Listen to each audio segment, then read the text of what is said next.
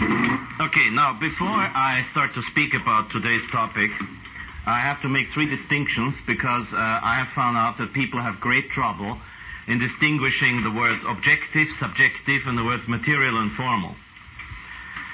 Sometimes I have to point out that anybody who is not subject to the Roman Pontiff and who is not in union with the Church cannot be this tape or listen to the audio tapes.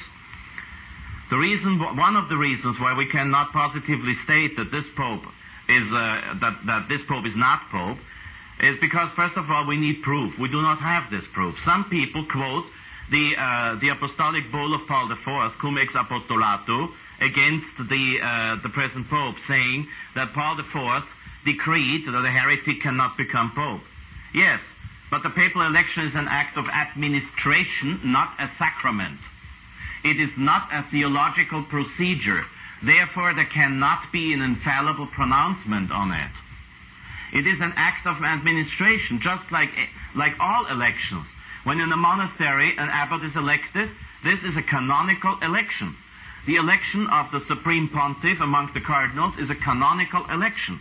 And those rules can not only be changed, but were changed a couple of dozen times over in church history. Leo XIII changed the rules. Pius X changed the rules. Pius XI changed the rules again. Pius XII changed the rules again. Paul VI changed it, and the present Pope changed it again. And none of them has ever quoted Paul IV again on this. Now, the bull, cum ex apostolato, is an infallible bull as far as the doctrinal statements are concerned. It cannot be infallible as far as an administrative rule is concerned, saying that if a cardinal was a heretic, even when he was a heretic and converted, he cannot be validly elected Pope. To be validly elected Pope, you need positive human law, a law of administration. And that every single Pope can change, much unlike the doctrinal laws, which no Pope can change, ever. If a Pope decides forever on a moral issue, his successor cannot change it. Impossible. He will put himself in schism with the Church. But a rule of administration and how it can be changed, and how. In the beginning, the people of Rome elected the Pope. Later on, it was the clergy of Rome. And very much later on, only 1,300 years after Christ died and resurrected and founded his church at Pentecost, cardinals were the only ones to elect the Pope. So if a future Pope says, I don't want cardinals to elect the Pope, but all of the bishops in the world, he's going to make a mess. But that doesn't make the election invalid, because it would be horrible. I don't want to think of it. But it doesn't make the election, duly procedures required and provided, it doesn't make it invalid, because it's an act of administration. And that's why I recommend the Sedevacantists to be a little more careful with their judgment. The Society of St. Pius X is not exactly composed of all idiots, and none of them nowadays considers the Apostolic See vacant. And the three priests, Father Sanborn, Kelly, and Secada, unfortunately, because they're otherwise very good theologians, unfortunately had to be kicked out of the Society of St. Pius X for insisting on the fact that we do not have a Pope. To me, this is a neurotic statement, too, because you put yourself in a dead end. Who's going to elect the next Pope? I'll leave the question to you. Now, we are in the topic already. I mentioned the Society of St. Pius X, and Father Trenchard pointed out to you that you will not be excommunicated if you use the services of the Society of St. Pius X. Why is this so? Now, I have to presume that you will see the tapes of my conference on Thursday, Fridays, and yesterday. I do not have the time to repeat everything I said there, so there will be a lot of references to my first, second, and third lecture. In my first lecture, I explained to you how the crisis came about. In my second lecture, I explained to you what is wrong with the new Mass. And yesterday, I explained to you what is wrong with Vatican II. And in near future, you will get a complete list of all the quotations of Vatican II, which are definitely unacceptable to a Catholic. And just reading those quotations, you will be able to see what I mean. You will, even though you're not learned theologians, you will be able to use my list to see and understand what I mean. I give you one example. We have that much of time. Lumen Gentium 16 says that the Muslims, together with us, adore one merciful God. This is blasphemy and heresy, because it might as well be that the individual Muslim tries to find the real one God. But the council says the Muslims, capital letter in Latin, Musulmani nobiscum adorant unum Deum. They do not adore one merciful God with us, but against us, because they deny the Incarnation, and they deny the Blessed Trinity, and they use words which I don't want to repeat here to describe what the idea of the Trinity. And Vatican II has the blasphemous audacity to speak about them and the Jews praying to the same God we do. This is a thoroughly and entirely Masonic concept that cannot be accepted by any Catholic. The Muslims are not only heretics, they're pagans. And they do not adore our God because they do not adore Father, Son, and Holy Spirit. Anybody who says they adore the same God we do because they nobiscum, together with us, not along with us, as one smart aleck translated, together with us is nobiscum. If you say they adore one merciful God together with us, then you sin against the first commandment gravely. We adore Father, Son, and Holy Spirit, and Son incarnated man. The Word has become flesh. You see, the situation is a disaster, and that's to say the least. So in 1970, French seminarians of the Séminaire Français in Rome were threatened with being kicked out of the seminary for the simple reason that they wanted to say the rosary and wear the cassock. So they did not accept that, of course, and they asked Archbishop Lefebvre, who at this time was contemplating to retire and live the rest of his life pensioned in Rome. They were asking Archbishop Lefebvre for help. Archbishop Lefebvre was not very convinced at first that he should do that, but however, they insisted, especially a certain Monsieur Tissier de Malaret, who is now Bishop Tissier de Malaret, insisted and kept insisting, and together with him, another French priest who is now at the moment the second advisor, general advisor to the Society of St. Pius X. So they found a house in Fribourg in Switzerland, and Bishop Henri Charrière of Fribourg, Lausanne, and Sion at the same time gave them an official church blessing to found the society, the priestly society of St. Pius X. And so it was a work of the church, legally, regularly founded by a diocesan bishop in Switzerland. And the society was canonically, therefore canonically means according to the regulations of the Code of Canon Law, canonically erected in 1970. And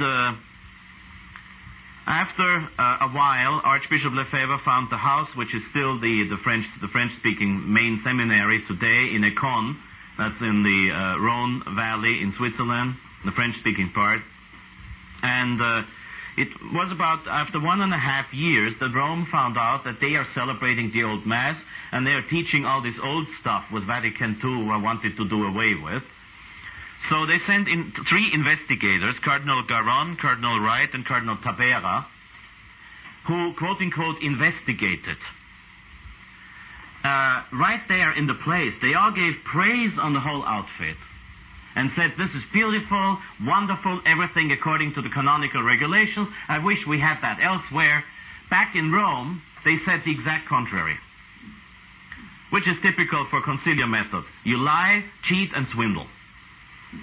When you read Vatican II and its footnotes, you will find out that they lied, cheat, and swindle.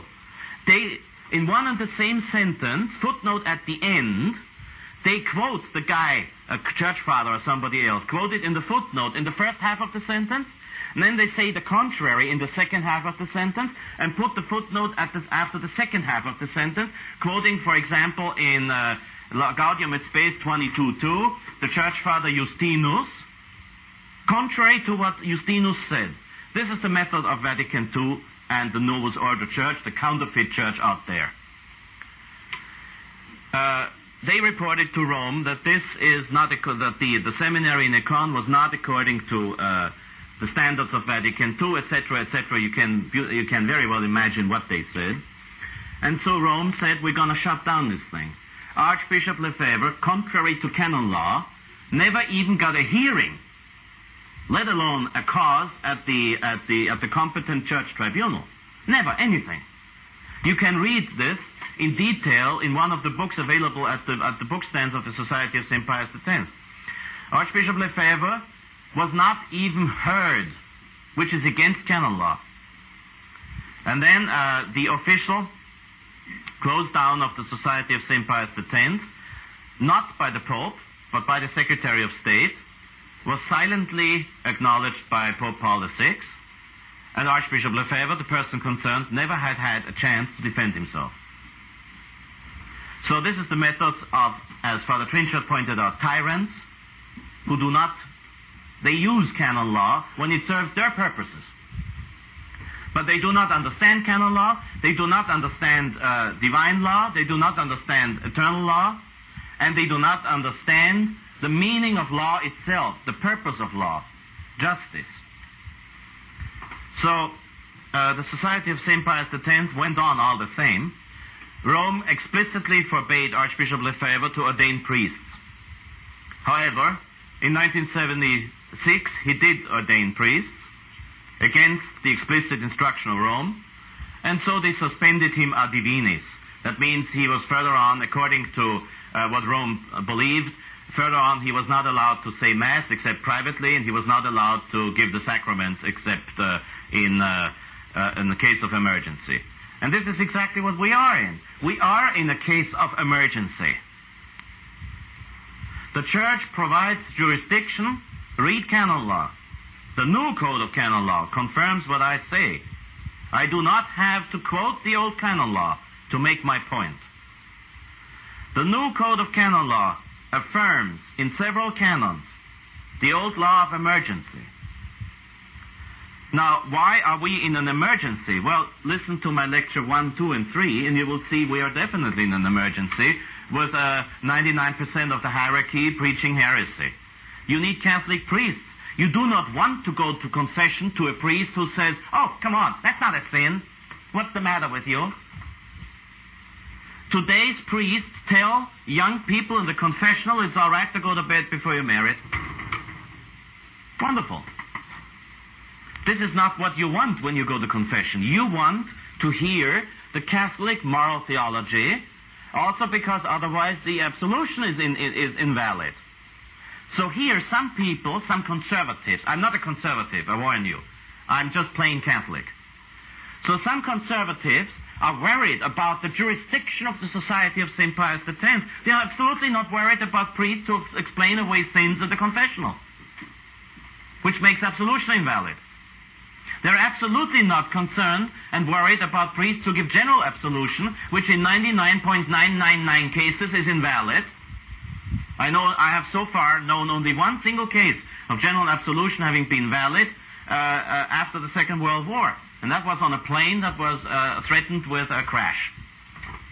And the priest got up, turned around, grabbed the microphone, and said, "Anybody who's a Catholic, do an act of contrition, ego vos absolvo peccatis vestris," and so on, gave general absolution. That's valid according to Pius XII. It's valid according even to the decrees of the present Pope. 99.9% of all general absolutions are not valid.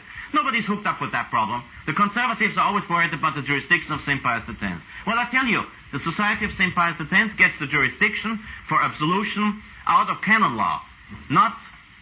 Canon law says jurisdiction can be given either by the competent authority or by the Church itself. The Church itself gives the jurisdiction for absolution or for marriages, as a matter of fact, in certain cases. I'll give you one example. A priest on a ship has all faculties automatically. Sure, he's the only one who can be approached for confession. I mean, if you commit a mortal sin on a cruiser, and that's very easy with the temptations out there, you don't want to die, you don't want to go to hell in case you die the next day or the ship sinks. So you might want a priest to confess to. This priest usually does not have the faculties of confession out there on the ship, because there's no bishop around who would give him the faculty. So the Church gives the faculties. And in any case of emergency, not just in the case of danger of death. See, canon law speaks about the danger of death, but it speaks about emergencies. It does not exclude other emergencies, because canon law is never exclusive without explicitly saying so. That's one of the first canons in the book. So the Society of St. Pius X has jurisdiction simply for the fact that there are no other Catholic priests around, or not enough. You have to, you're not, as a Catholic, you are not under the obligation to take a plane into another city in this country to be able to find a Catholic priest for confessing, you want to confess to. That would be ridiculous. The Church is never ridiculous, because canon law can never be above the highest law of the Church, Canon 1725 of the New Code of Canon Law. Suprema lex ecclesia salus animarum. The highest law of the Church is the salvation of souls. It is absolutely and positively and definitely against the salvation of souls if you are forced to confess to a heretical priest, to a priest who speaks heresy in the sermons, who celebrates the Novus Ordo Missa, which is illicit and against divine law, and who gives the sacraments in the Novus Ordo, which is illicit and against divine law. You don't want to confess to this priest. So, canon law cannot be above divine law. That's absurd. And Archbishop Lefebvre knew that, and this is why he was going on. And he went on, and then he didn't get younger. So by the time it was 1988, Archbishop Lefebvre was already 83 years old.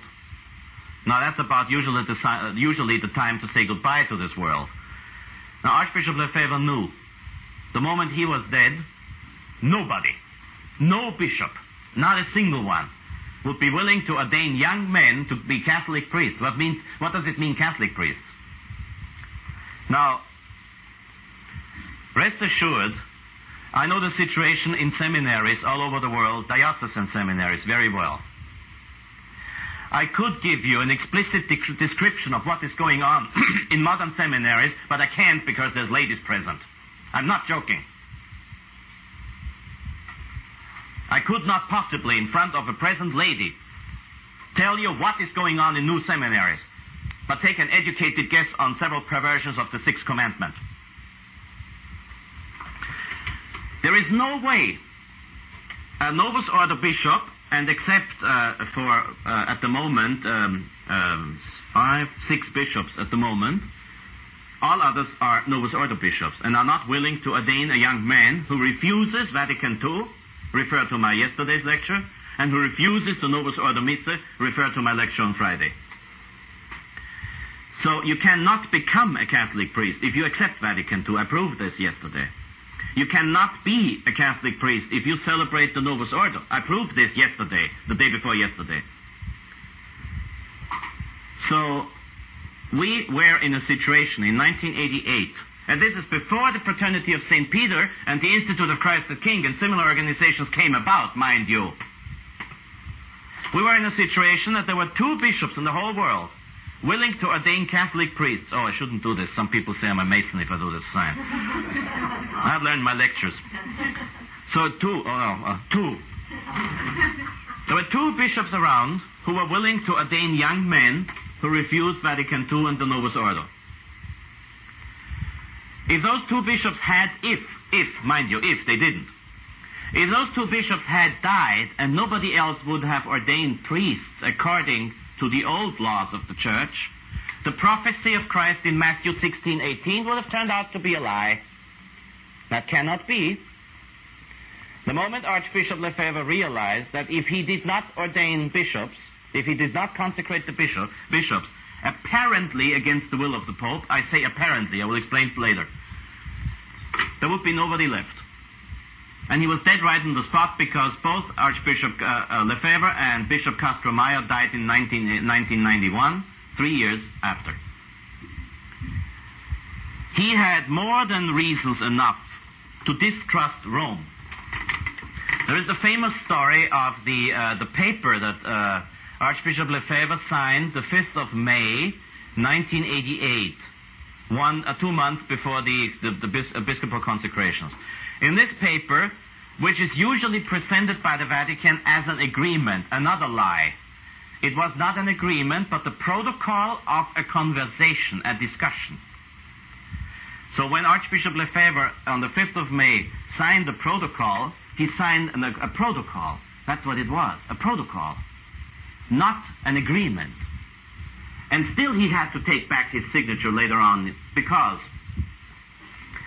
now in this protocol they discussed the possibilities of having an organization with the blessing of the Holy See to keep a traditionalist seminary and a traditional rite of Mass going as an exceptional thing, so to speak, as if the Novus Ordo Missae was ever a rite of the Church, which is another lie. The Novus Ordo Missae is not a work of the Church. It has no blessing from the Church, and it is against divine law. I proved this. So the true rite of the Latin Roman Church, the Catholic Church of the Latin Roman Rite, is the Old Mass, canonized forever by St. Pius V in 1570 with his decree Quo Primum, which you will be able to read in Father Trinchard's book. And so they had no right to give an exceptional permission. They should have done the opposite, done away with the new rite and got the old rite back. However, they offered Archbishop Lefebvre an organization of pontifical rite headed by a commission of 7 members. And now get this. By a commission of 7 members. Who would the 7 members have been? 5 chosen by the Vatican. The 6th one would have been the one bishop. They would have ordained for that purpose, the very one bishop. And the 7th would have been a member chosen by the Society of St. Pius X. We live in a democratic, well, I don't, but the Novus Ordo people live in a democratic church. Now get this, 5 against 2. And the bishop here would have been chosen by Rome, so 6 against 1. It would have been a lot more honest to tell Archbishop Lefebvre, listen, we will not give you a bishop, we will put you under pontifical right, but we will decide what will go on. And the future, in 1988 it was future, and the future was to prove what Archbishop Lefebvre suspected. Because the Fraternity of St. Peter was promised a bishop. I can't see a bishop given to the Fraternity of St. Peter's yet. And we are almost 10 years after that. The indult masses, like in Providence, Rhode Island, the indult mass, the priest has to give communion in the hand or he's not allowed to celebrate the mass there. Monsignor Perl, who is in charge, the secretary of the Commission Ecclesia Dei, he asked the indult people in Vienna, Austria, said, why don't you give communion in the hand? It would make everything so much easier. This is what Archbishop Lefebvre predicted in 1988. So when he found out, he went back to Rome, he asked Cardinal Ratzinger, when are you going to give me this bishop? I'm not going to live for long anymore.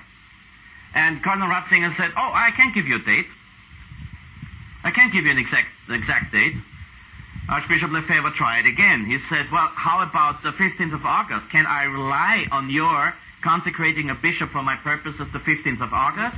Oh, no, I can't give you a definite answer on that. Well, what do you call that? In English, it's called stalling. And stalling usually has not exactly an honest purpose, except in war. So Archbishop Lefebvre said, okay, I see what's going on. Emergency applies. Emergency is there. We have a case of emergency. The rules for self-defense, the rules for defense apply.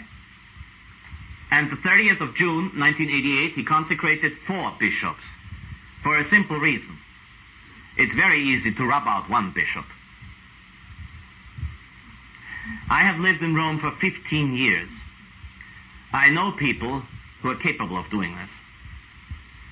There were 3 attempts on 2 of the Pope's secretaries' lives. 3 attempts. There was one of the Pope's secretaries, a certain Monsignor Kabongo, somewhere in Africa, I don't remember which diocese. Monsignor Kabongo, pretty good man. If you handed him a letter for the Pope, he would hand the letter directly to the Pope, and not to the Secretary of State for the trash can there, or the paper shredder. So they threatened him with life, and then they tried to kill him. He was one of those curious creatures who would drive a bicycle in Rome, which means a daring person, and he left Porta Sant'Anna, and a car drove by and pushed him over, Luckily, Italian drivers are extremely fast in reaction. The front tire of a huge truck was right here. So they wanted to give Archbishop Lefebvre one bishop. I once discussed this with Bishop Fillet, and I said, I hope it is not allowed to you to travel on the same plane, all the four of you. And he said, no, we are not allowed to. You get why? Planes have been bombed for lesser reasons, like life insurance, cashing life insurance, or getting rid of a politician over Bosnia, or trying out what would be the reaction of the people with a TWA flight over the Atlantic. Huh? So, there are some people in the Vatican who would not shrink from murder. And Archbishop Lefebvre realized he needed 4 bishops because by 1988 his organization was worldwide. And he has a bishop in Argentina, and he has a bishop in the United States, Bishop Williamson in Winona, the local seminary. He has a bishop in Switzerland, who is now the Secretary General, and he has a second bishop in Switzerland, Monsignor Tessier de Malaret, whom I mentioned before. And those 2 bishops in Switzerland are not always in Switzerland because they have to do an awful lot of traveling all over the world. Last time I met Fillet, he had just been coming back from somewhere, I remember not, yes, the Philippines. So these 4 bishops, thank God they're young, but these 4 bishops are under a constant stress, they're in constant traveling, and I thank the Lord we have 6 bishops now because there's the 5th one, Monsignor Ranchiel in the Diocese of Campos in Brazil, which would be a story for another lecture.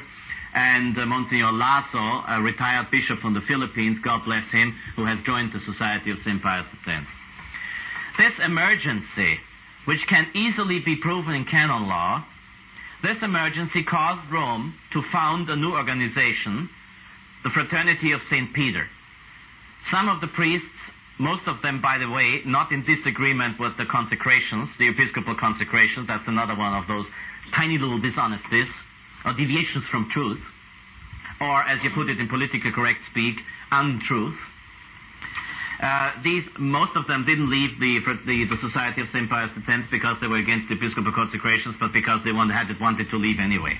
So then now they had a new chance. And the Fraternity of St. Peter was founded for the only and exclusive purpose to get people away from the Society of St. Pius X. Ain't that nice? So, an organization like this does not have the blessing of the Holy Spirit because the Church does not do things like this. The Church does not. So these 4 bishops, thank God they're young, but these 4 bishops are under a constant stress, they're in constant traveling, and I thank the Lord we have 6 bishops now because there's the 5th one, Monsignor Ranchiel in the Diocese of Campos in Brazil, which would be a story for another lecture. And Monsignor Lasso, a retired bishop from the Philippines, God bless him, who has joined the Society of St. Pius X. This emergency, which can easily be proven in canon law, this emergency caused Rome to found a new organization, the Fraternity of St. Peter. Some of the priests, most of them, by the way, not in disagreement with the consecrations, the episcopal consecrations, that's another one of those tiny little dishonesties, or deviations from truth, or, as you put it in politically correct speak, untruth. Most of them didn't leave the Society of St. Pius X because they were against the episcopal consecrations, but because they wanted to leave anyway.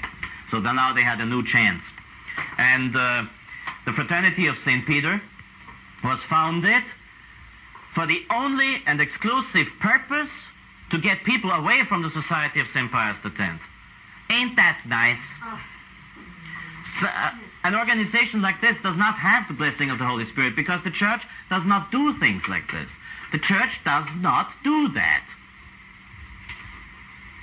Enough about the Fraternity of St. Peter. Why did I say before that Archbishop Lefebvre consecrated those 4 bishops with the will of the Pope? What is the will of the Pope? What is it? Now, the present Pope is a man who says Christ is really substantially present on the altar in Mass. And then he celebrates a Mass that never mentions this fact. So what does he mean? In another one of his encyclicals, the Pope says, only if you have the full Catholic truth you can be saved. And then in another place he says, Christ does not deny salvation to the efforts, mind you, of Protestant churches. Doesn't mean the individual Protestant. Maybe. But the efforts of Protestant churches, never. So what does he mean? Well, if I'm nice to the Pope and I'm respectful to the Pope, and I have to choose between one of his two opinions, I will choose the one that confirms with church tradition.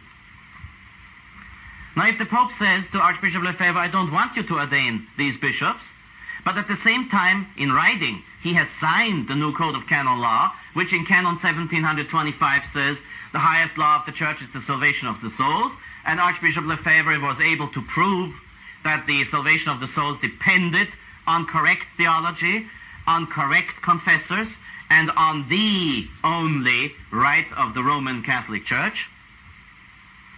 He had the will of the Pope, the real will of the Pope, the will of the Vicar of Christ, the will of the successor to St. Peter, not the will of Karol Wojtyła, John Paul II. Again, another one of those contradictions. So what would he have gone according to?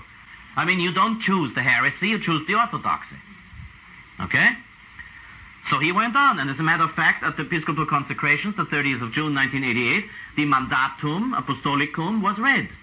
The Mandatum Apostolicum is a letter, and there's a prescribed formula for it, that says, I, John Paul II, bishops of the Church, Vicar of Christ, Bishop of Rome, Archbishop of etc., Primate of Italy, and Primate of the West, and Patriarch of the West, and so on, and servant of the servants of God, hereby allow you, Bishop so-and-so, or Archbishop so-and-so, or Cardinal so-and-so, or anybody in good standing with the Catholic Church, to consecrate the following priest, to the bishophood.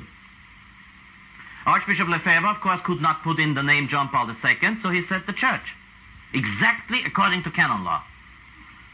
If my bishop refuses to give faculties of confession to me, and one of you comes to me and says, Father, I want to confess to a Catholic priest, could you hear my confession? I got, in that moment, latest in that moment, I get the faculty from the Church, and that is declared in canon law.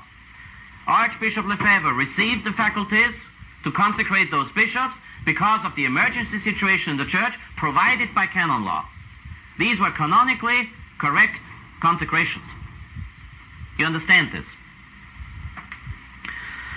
And that's basically the story of the Society of St. Pius X. And they're the only ones who, unlike me in rather milder terms, but very definitely, acknowledge the fact that the present Pope's encyclicals are packed with heresy.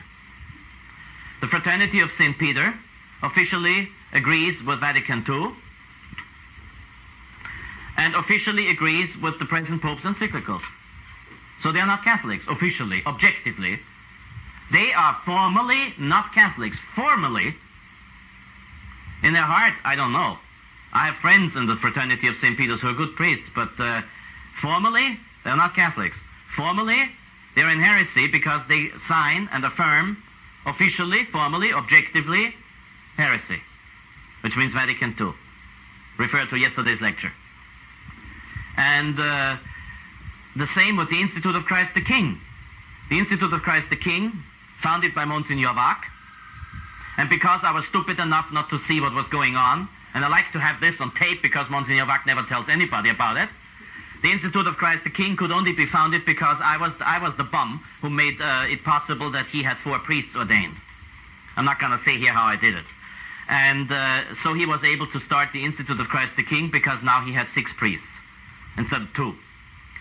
Unfortunately, because as much as I like the Institute of Christ the King, as much as I like their priests, and I really like them, one of them is my best friend,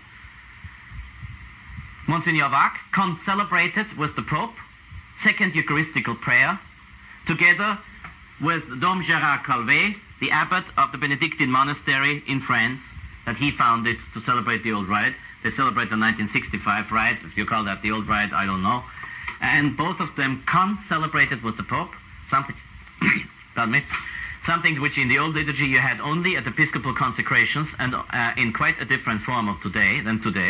They both can't celebrate it with the Pope, second Eucharistical prayer. I have seen the picture. So you know what's going on.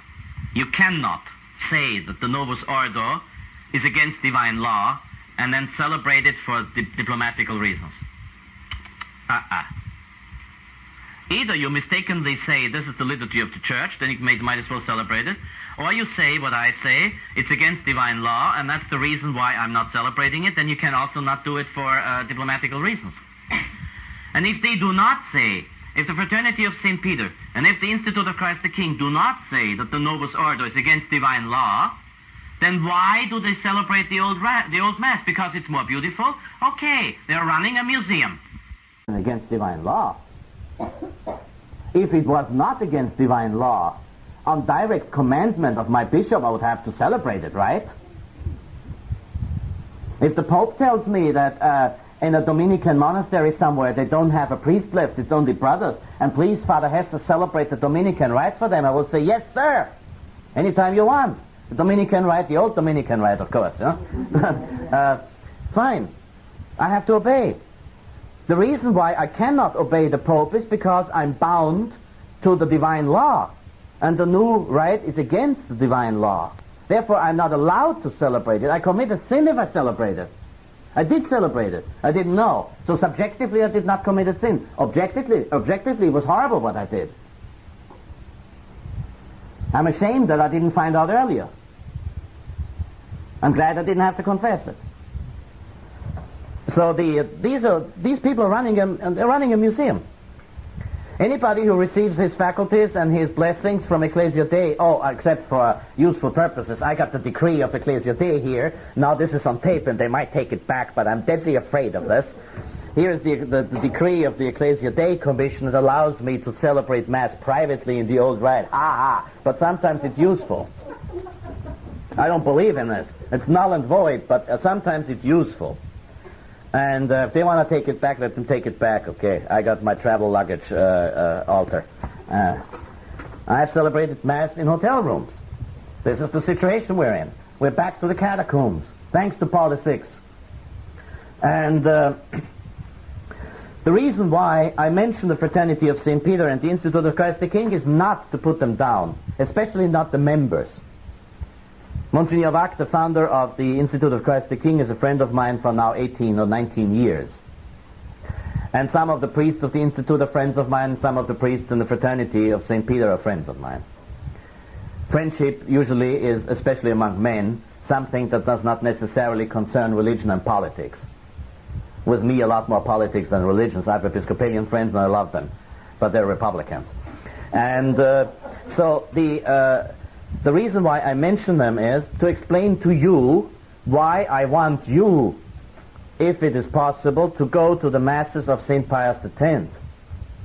Now, if you happen, I don't know the geographical situation here, if you happen to live around the corner of a chapel of the Institute of Christ the King or the Fraternity of St. Peter, and the chapel of the Society of St. Pius X is 2 hours away, of course you're allowed to go to the, provided it's the old Mass and they don't give communion in the hand there because like they do in indult Masses. Or if you live around the corner of the indult Mass and they do not commit sacrilege there, you're allowed to go there. But I warn you, first of all, there's two dangers. First of all, in their sermons you cannot be sure you will get the doctrine of the Church. Now, with the Society of St. Pius X, even if a sermon there might be incredibly boring, it will never be against the doctrine of the Church. With the indult Mass and the Fraternity of St. Peter, there's a probability that they will tell you the truth, but you don't know. And there's another thing. When you go to communion with the Society of St. Pius X, you definitely know that the little hosts distributed to you were consecrated by one of the priests of the Society of St. Pius X within the old Mass. With the indult Mass, you might get the host that some liberal, hippie 1968 generation priest in an invalid celebration attempted to consecrate. So they're only cookies, crackers. With the Fraternity of St. Peter, you can go to communion without hesitation. Because if it's their own chapel, if they are not just borrowing the chapel, if they have their own chapel, then it's only them who celebrate there, so the Blessed Sacrament is valid. Now, as far as the issue of validity is concerned, I highly recommend you to read both of Father Trinchard's books, who explains in painful detail and very precisely, and quoting all the necessary authorities, why the new Mass in the English language is with the highest probability invalid. Invalid, that means the sacrament is not taking place. It's just like going to an Episcopalian church, except that the rite with the Episcopalians is a lot nicer. And there's no time and space here to explain the issue of validity. Read Father Trinchard's books. However, you have to be careful. If you can't go to anywhere else but to the indult Mass, go, but don't go to communion. You don't have to. The Church says you must go to communion once a year. Well, once a year you will be able to drive 3 or 4 hours to the next chapel, if you have to go that far, to the next chapel of St. Pius X, and receive a definitely, positively valid communion there. See, the thing is, I'm not saying that 99.9% of the churches or parishes in this country do not celebrate Mass anymore, do not have the Blessed Sacrament in the tabernacle anymore. I do not say that. I only say one thing, which Pope Innocent III said. You always must. Now this is official church doctrine. You always must adapt the safer course. You are not allowed to take chances with the sacraments. You're not allowed to. If you take chances with the sacraments, you're in sin. So if you don't know about the validity, stay away from communion. You don't have to. That's one of the greatest mistakes in our days. I don't see people going to confession, but I always see them going to communion. Either they're all very, very, very, very holy, or they don't care.